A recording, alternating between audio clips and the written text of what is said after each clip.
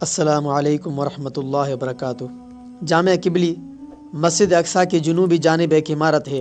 مسجد کا یہ حصہ ہی پورے احاطے میں یعنی مکہ کی جانب سب سے پہلے آتی ہے، اسی وجہ سے اس کا نام جامع قبلی پڑ گیا۔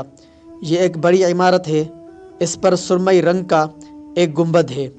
یہ جامع قبلی ہی پورے احاطے مسجد کے اندر اصل نماز کی جگہ ہے۔ اس کے اندر امام خطبہ دیتے ہیں اور یہیں سے نماز کرائی جاتی ہے۔ یہی وہ جگہ ہے جہاں سے مرد 5 وقت کی نماز ادا کرتے ہیں۔